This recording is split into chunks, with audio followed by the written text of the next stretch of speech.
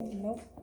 That's what it looks like. All right, so you can see from the topic, we are going to be learning about non-contact forces. So before we start, show me with your hands, not with somebody else's, but show me with your hands, what would contact look like?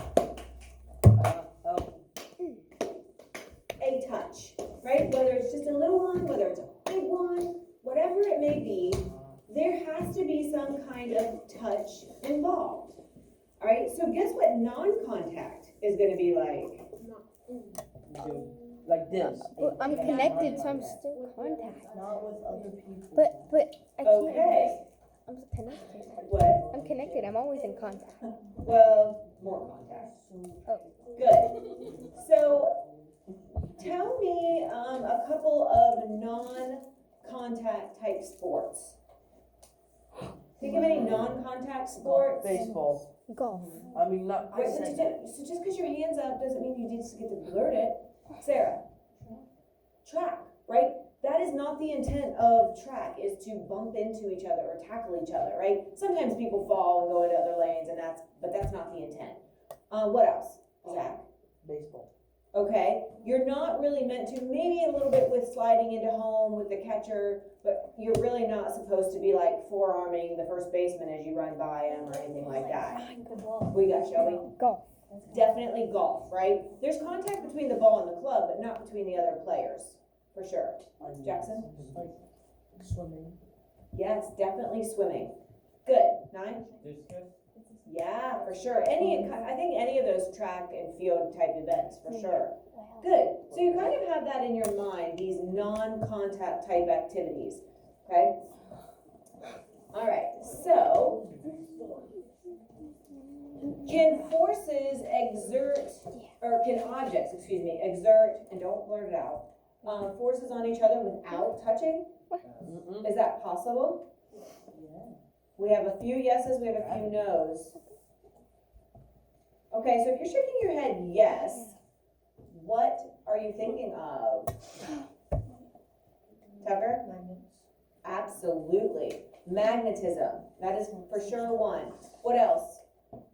Zach? Gravity. Absolutely. Probably one of the most important dominant forces in our entire world, our existence. Yes. Lower. Good point. Okay, so here's the thing. It seems like that, but actually air is, it does have mass and it does have touch, and that's what's moving the leaf. The leaf blower itself isn't touching the leaf. But the air is. That And it's it's part of generating. So I it. get what you're saying. You can't Not do a bad anything if the leaf blower's not. Yeah, the leaf blower has to be involved in that. Even like just the wind blowing, right? The wind, it looks like it's moving these leaves invisibly, but really, we know that the air molecules actually have mass and take up space, so it's the air molecules that are hitting into that. But I get what you're saying. So you guys have some good ideas. Very good. One that you didn't say was electrical fields. That's scary. It is a little bit. So electrons move and they can make things do things. They can make other objects react to them without a touch being involved. That's Magnetic fields, which you guys said, and you also said gravitational fields. So 2 out of the 3, you guys nailed it. That was fantastic. I don't know if I've ever had quite so many right on. Notice how all of these are ending in fields. We're not talking about like a cornfield, right? We're talking about a different type of field, and we'll get into that here in just a minute. But these fields are shown with arrows. All right, so gravity's pulling down, magnetism showing it leaving the ends of our magnet, our poles, and then the electrical fields showing, going in, going out. Be careful, there's a spider. Okay, so here's what we mean by field. Boys, you're on like 2 strikes right now. Third, I move one of you. Okay? So, a field model can be used to explain how 2 objects can exert forces on each other without touching. Call these like the voodoo forces. It's like you can make stuff do stuff without touching. You can make something react. Okay, and we'll look at a lot of these, throughout this unit. And so, yes, You said voodoo forces for a second. I thought you said voodoo forces. oh, no, voodoo, let's be clear about that. So an object is thought to have a region of influence that we call a field. A region of influence just sounds kind of weird, but it's this area around an object. And if another object is put into that area, we can see some kind of reaction. And I'll give you an example of this here. If that second object has what we call an appropriate property, then it's in that region, in that field, then the field has the ability to exert a force on the object, causing the second object to change or move without physically exerting a touch, without actually doing a push or a pull to make that object move. So it all happens through non-contact. So here's what I mean by appropriate property. Use this one. All right, so here I have a magnet, and then on my magnet, I am trying to see if this metal is magnetic. All right, not all metal is. So if it sticks, yes, it does have the appropriate property. This metal does have the appropriate property of magnetism. This magnet still works, but my plastic does not have the appropriate property.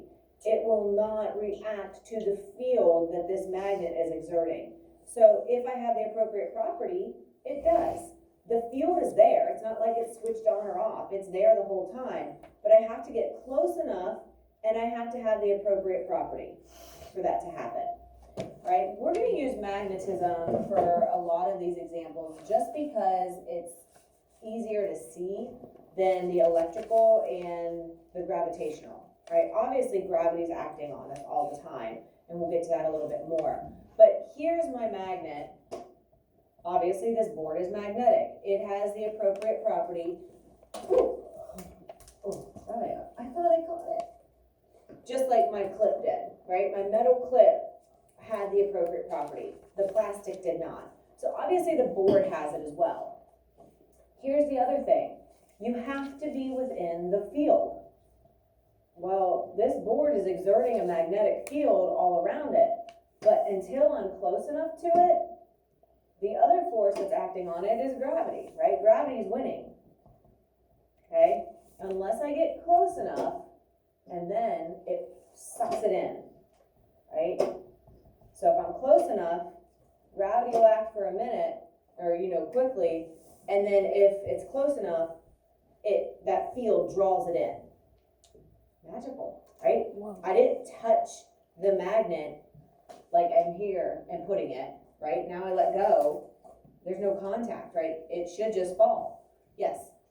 Say you have something with a big field, with a big magnetic field, say a neodymium magnet in the mat. Okay. Could they be further away before the gravity overpowers it? Absolutely, there's different strengths, for sure, yeah. And we'll look at some magnets, and you guys will get to play around with some that have a stronger pull than others, but for sure. So what I want you to really take away from this is that everything that we're talking about is going to have a certain field. That field, you have to be in it to experience it. And you also have to have that second object have the appropriate property. So even though I'm touching this magnet, my pen, the plastic part, does not have the appropriate property. So it's not going to ever do anything, right? No matter how close I am. Here, this does have the appropriate property. But notice, I also have to get close enough, right? I have to almost be touching it before it will pull it. And the same thing here. This isn't a super strong magnet, so I have to be fairly close, within, too far, a couple centimeters at least. If I'm more than a couple centimeters away, it's not gonna stick. Right? So gravity will win up to a certain point. Once it's close enough, then the magnetism takes over. So appropriate property and it has to be close enough to the field. Okay? Have you guys ever seen the Hunger Games? Yeah. The movies? The second one, where they have the force field, like the arena is guarded by like that electrical force field around the outside. You picture that? Whenever I think of force fields, that's what I think of, right? So like it has like this, like the closer you get to it, like they could even see like it kind of like shimmering and glitching a little bit. And then like if they got close enough to it, then and they touched it, then obviously, or even close enough, like it would give them that big shock, right? So that's, if you've ever seen that second, is it Catching Fire, I think? If you've ever seen that second part of the Hunger Games movie, the force field that is basically the arena, is what I always kind of picture in my mind. Yes? I'm pretty sure the second one was actually Mockingjay. I think that's the third. Was it? I think so. Maybe. Anyways, I do know it's the second one, whatever it's called. Okay, so we know that electric fields exist around objects with an electric charge. So we have to think, where does a charge come from? Okay, how does that happen? So for electric fields to be able to exert their force, the object that it's working on has to be charged. And it doesn't mean like powered up with a battery, like like your phone's charged. So if we have a second object that has a charge and is placed within that region or in that field, then the two objects are going to experience electrical forces that can attract them or repel them, right? And that all depends on the charges that are involved. This idea of opposites attracting, like charges repelling, is going to be something that continues on. Next year, we're going to talk about it a whole lot. It's not something that's going to go away, so you're probably already familiar with it. Here's something. Think about it logically, like I showed you with the magnets. This is true for all of our forces. The farther away you get from the source of the field, the weaker the attraction becomes. So the closer I am, the stronger this attraction is. When I pull it away, I'm moving farther away from the field of this board, and it becomes less intense or less strong. Okay, so here's my silly example of force fields. Have you ever been walking like down the hall and you're unsuspecting, don't know anything's about to happen, and you walk into a really bad fart smell?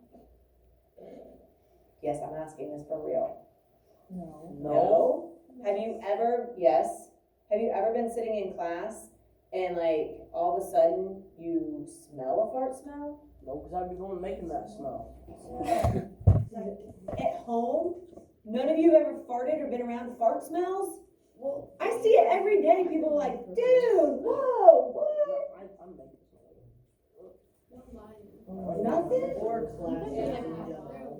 They are lying. I agree, because I experience it daily in here with people's reaction.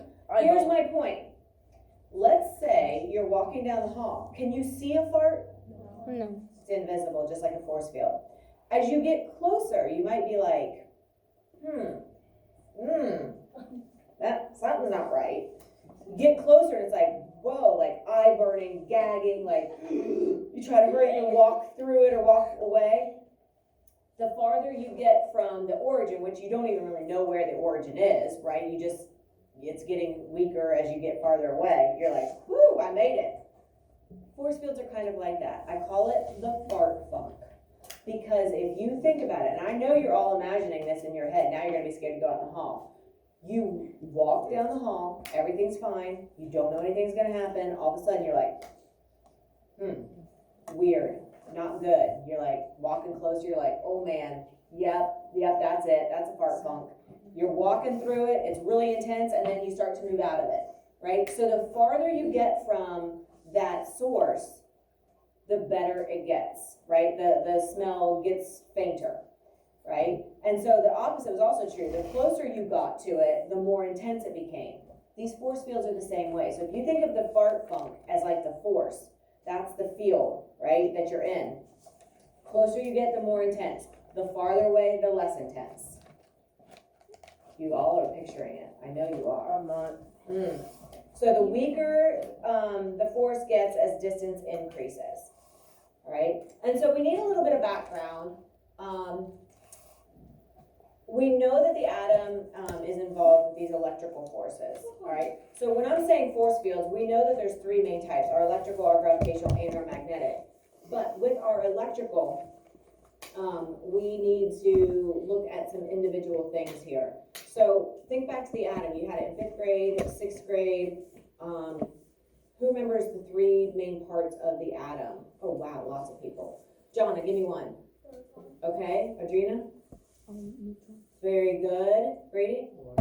Electron. So you've got it. The proton, the neutron, and the electron. Protons are always positive, electrons are always negative, and the neutrons have no charge. And so objects naturally have an equal number of protons and electrons. Okay, so if you have 5 protons, you have 5 electrons. If you have 25 protons, you have 25 electrons, right? But something can happen to mess up that equal balance, all right? And actually it does the atom good, and we'll talk about that a lot more next year. But if they don't have an equal number, then we say that they're charged. So if you have more electrons, you're negative. If you have more protons, then it's positive. But anything that has an unequal number is considered to be charged.